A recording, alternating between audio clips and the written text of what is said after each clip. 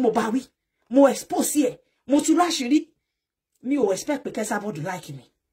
Kò sí ẹni tó tó bẹ́ẹ̀ ní gbogbo ilẹ̀ Yorùbá tẹ́lẹ̀ face nǹkan tí mo ṣe fún. Gbogbo àwọn tẹ́rí tó ṣe mọ́mì, wọ́n sábà ẹ ni. Gbogbo àwọn ọmọ Nollywood, wọ́n sábà ẹ ni. Farida, ọ̀rẹ́ mi àná. Wọ́n fífẹ́ wọn yàn ju bí mo ṣe fi wọn Farida lọ. Tọ́n bá sọ pé wọ́n kọ́kọ́ lọ sínú shop èèyàn, ọ̀rẹ́ àwọn ọ̀rẹ́ mi ni. And mo ti mọ gbogbo wọn lọ́rẹ́. So therefore, èmi àti ẹ náà hello. Mo máa ń bá wọn parí ìjà, máa bá wọn settle dispute ńgbà mi. But she's a nice lady. I won't lie. But nígbà tí ṣù máa kó wọnú ẹ̀, ó mọ̀ wá burúkú tó ń. Mi ò fi wá yẹn bínú. Ọ̀rọ̀ yẹn ló involve Larry Njosi tó fẹ́ yí mọ́ mi tó lọ gbé Esabod. Esabod parọ́ pé Àbíkẹ́ ló ṣe ní Esabod ṣe bá manipulate nìyẹn. Àbíkẹ́ dáàrin Farida àti Larry ti rò. Larry ti jẹ́ ni tó níbẹ̀rù Ọlọ́run, ó sáré bọ́ta. Ó ní Àbíkẹ́ kọ́ ló dáàrin, ó láwọn òun àwọn làwọn ṣe Àbíkẹ́.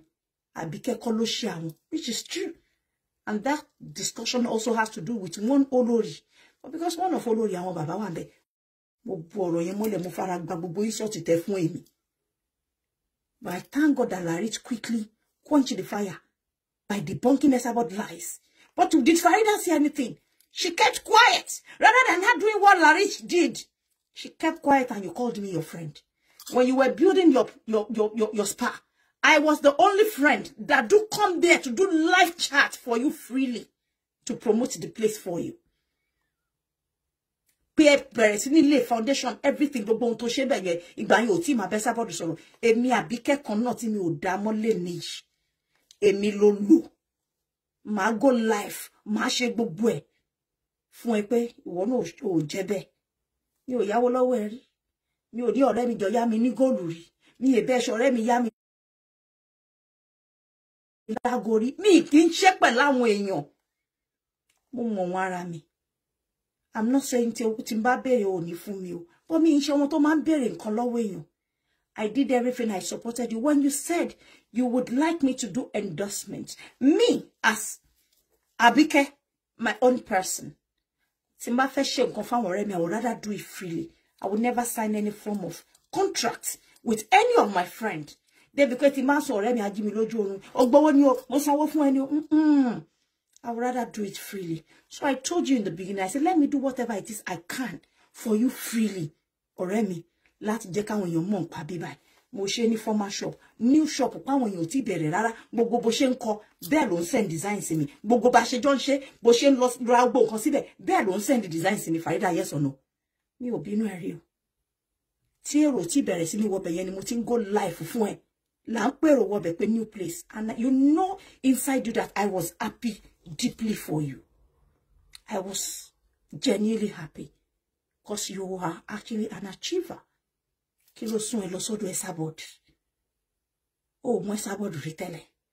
Because you wanted to use Esabod to bully your ex. Anybody you see with Esabod mostly. Torí ẹ fẹ́ lò fún ìdí burúkú kan ní àbí kejì. I did what I should do for you as well. Kò sí bí o ṣe ṣe jù bẹ́ẹ̀ yẹn náà lọ. I will come there. I will have my spa. You don't charge me money for my spa. Ìwọ gan ló tún máa bẹ̀ mí ṣàwà. Yẹ bẹ́ẹ̀ fọ ọwọ́ yẹn. Yẹ bẹ́ẹ̀ fọ kíní kan. Màá ní mo ti gbọ́. Ó tún mọ̀ mí pé mi ní lo product tó bá kó fún mi. Ó máa ń sọ fúnra. Àrẹwà ní wèrè tabakú fún ẹ lọ́ṣẹ́ ò nílò. Olóṣè ọlọ́wọ́ jíjẹ́ náà màmá rẹ́rìn pé thank God so má wulẹ̀ kó fún mi. But you know I was happy for you. I promoted your brand. I never charged a time. I did it more than 4 times. Even when you started food, I came there, then you don't talk to Esabod. For no reason should you be comfortable to discuss anything negative about me with Esabod. Because you know till tomorrow I will not discuss anything negative about you. You know what you did that got me upset? I begged you. I sent you a message which is still on our... I said, Farida, gbogbo ohun tó bá fẹ́ ṣe pẹ̀lú Démọ́lá, mo fi Ọlọ́run bẹ̀ má gbé case ẹ lọ fún Esabod. You will regret this. You see, ọ̀nà méjì ni war. And social media is so funny. That some team will follow her. Despite the fact that Elo Jare. Did you hear that? Bio Jare. But I bet you there are other well-standing team that are ready to follow B as well.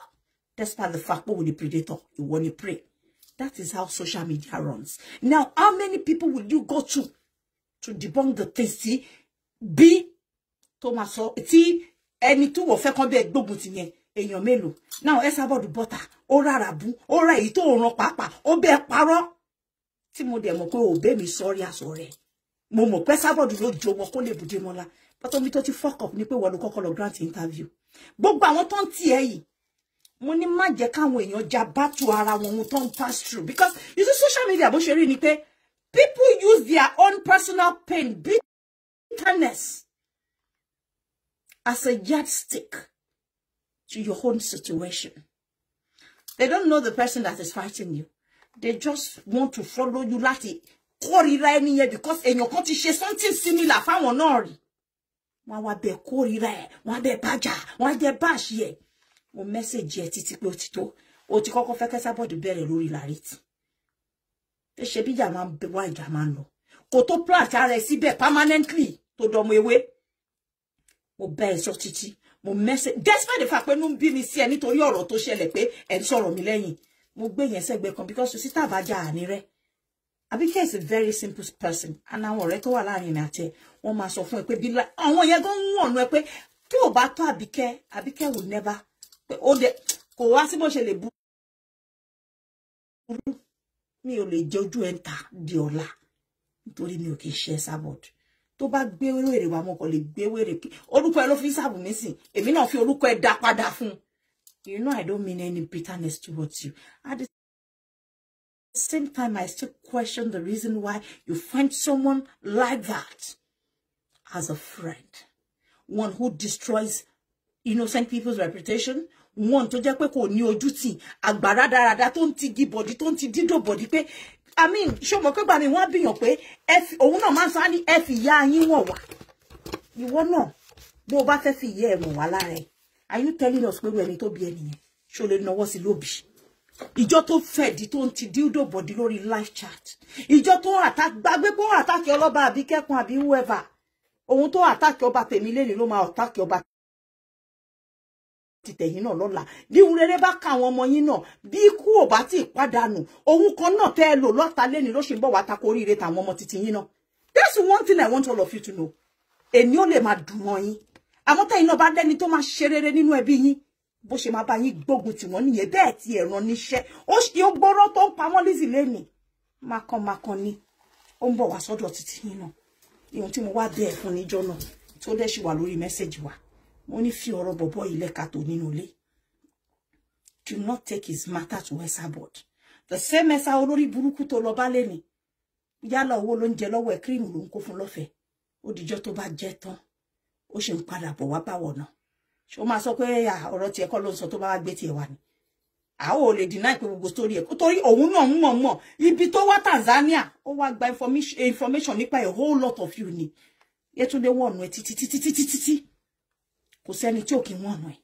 ṣọ́ra ẹ̀ ní ṣe o ti wọ bẹ̀ tó ń ṣe o ti wọ jìngò ó lè yọrùn mọ́ ọkùnrin tó ń torí ẹ̀jà òun ló ṣe ilé ayé ẹ̀ lọ ní títí ẹ̀ ló ń gbádùn òun ló ń gbádùn ayé ẹ̀ lọ tí ò jí sọ̀rọ̀ gbogbo yín bóyá ẹ̀ ń búlì ẹ̀ kọsí bí ọba gbẹ́jọ́ ẹnìkan dá wàá ṣe Ọlọ́run bí ọba gbọ́ méjèèjì gan náà ń gbà mí mo ti máa ń sọ pé àtọ̀tún àtòsì kò sẹ́ni tó máa fún ládàá pé kó rúbọ kò tí ò ní oró sọ́dọ̀ tiẹ̀ lọ́rọ̀ gbogbo yín mo ní má gbé ọ̀rọ̀ ọkọ àti ìyàwó wá sí bíbá ọ̀rọ̀ ọkọ àti ìyàwó ò ṣe gbé wá sórí social media wọn á bẹ́ẹ̀ bá ṣe lé nínú ẹ̀ máa dùn àmọ́ tó bá kú wọ nìkan pẹ̀lú loneliness pẹ̀lú depression look at everything you went through am I happy?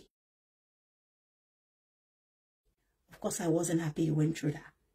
I was only pulling that bold face because gbọ́nà sí mi lẹ́nu mo bẹ̀ ní kọ̀kọ̀ mo fi jà pé ó ṣe mí lẹ̀ mo sọ pé fi bọ̀bọ̀ yìí lẹ̀ pé ṣojú ò tiẹ̀ ni alọ́ta wọn lábọ̀tà náà ẹ̀ gbogbo ohun tẹ́ bá gbọ́kùnrin lójú pàpàpà ẹ̀sìn ẹgbẹ́ kejì títí yín náà tún ni kò bá jòlè orí ló lè kó tó fẹ́ kò bá jẹ́ gígo ló tẹ́ ń pè orí bẹ́ẹ̀ ìwọ ni ká bí pé kí gbogbo ẹ̀ lójú tó fi tẹ̀rí ẹ̀ síbẹ̀ kí ló sá lọ sọ́dọ̀ Esabod fún ó lọ fi bẹ̀ ṣe shield pé kó bá ẹ búlì ẹ̀ and that was why the guy granted Bukky Jesse interview on the other hand which is nǹkan tí mo sọ tán láìpẹ́ ìpè kò sí bọ́kùnrin ṣe lè burú tó kò sí bọ́ ṣe lè yá wèrè tó I'm not saying that women should die in silence.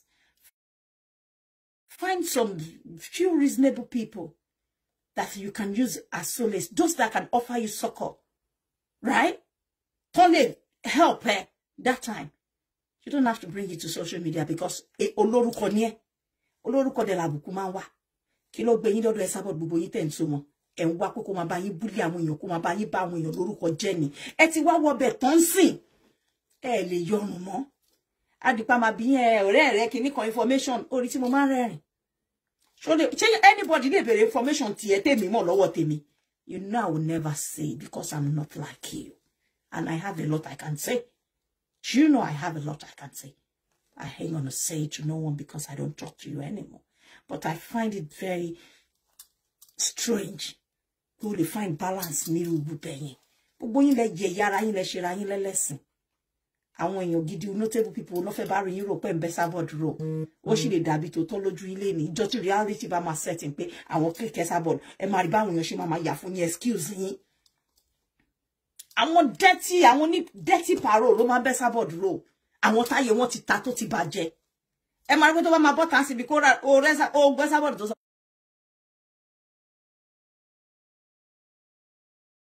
Ọ̀pọ̀ wọn rèpò èmi lọ́nà Ìbàdàn.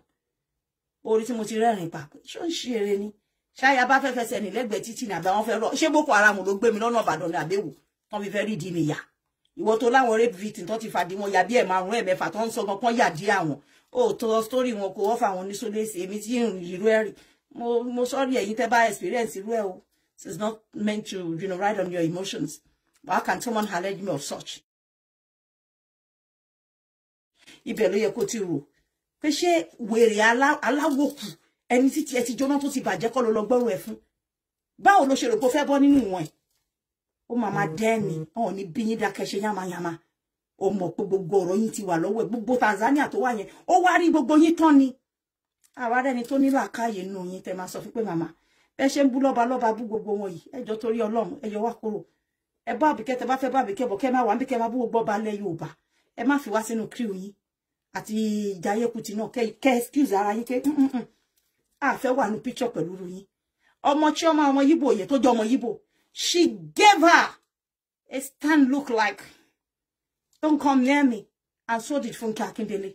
Those are the only two we were proud of. Pé ẹgbẹ́ sójú fún pé ìwọ ìyá burúkú ìwọ ìyá òfò ìwọ ìyá aláyé bàjẹ́ yìí. A fẹ́ bẹ́ẹ̀ ní nǹkan kan pọ̀. Ìjọ tó bá bẹ̀rẹ̀ sí ní pọ́n gbogbo ọba lẹ Yorùbá lé. Báwo lẹ ṣe máa wà ní tíìmù ẹ̀ tó wọ́n ní sọ pé ẹ mọ̀ ń bẹ̀ ẹ mọ̀ ń pa ẹ̀. Farida wọ́n máa lé ẹ mọ̀ ń pa ẹ ni. Irú wọn ṣe tó bá sọ̀rọ̀ sí wọ́n lè sọ pọ̀ rẹ mi ni. Jọ ṣé ń gbà tèmi àti ẹ̀ta jọ jókòó ó rẹ́ mi kí máa búlé àwọn ènìyàn lẹ́nu. No, ẹni tó bá wá bá mi ni mo máa wá bá. Ẹni tó bá tọ́ ẹ lè rírí ẹni tó bá tọ́ Àbíkẹ́ lè máa rí pàbíkẹ́ dánú. Kò wá sẹ́ni tí mi ò ṣe tó wá bá mi forí gbórí táyé wọn ò padà bàjẹ́. Gbogbo ẹni tí mi ò bá ṣe tó bá dédé wá bá mi forí gbórí tó dédé wá bínú orí mi àbó lọ ń tutùkútù pa mi tí mi ò dẹ̀ mọ̀ rí tí mi ò ṣe títí wọ́n máa fi bàjẹ́ tán. Ẹ̀yin gan ẹ fẹ́ lè máa bá wọn bí Ọlọ́run pé lè pọ̀. Àwọn míì nu wọn ìwọ̀n tán fẹ́ sínú ilé pọ̀ tó rán bá Àbíkẹ́ forí gbórí ni kò dẹ̀ ṣe wọn kò rò wọn. Àdàbí tó bá ṣe wọn tó rò wọn tí ò bá ti ṣe wọn kó rò wọn ó di dandan kí tí wọ́n padà rùn káyà àwọn ọmọ wọn padà bàjẹ́ káyà àwọn ọmọ wọn padà dojúrú. Mo wá pé wọ Farida mo ní Farida. Òun wà níbi Esabod tí ń bully àwọn ọmọ mi that were supposed to be your own children.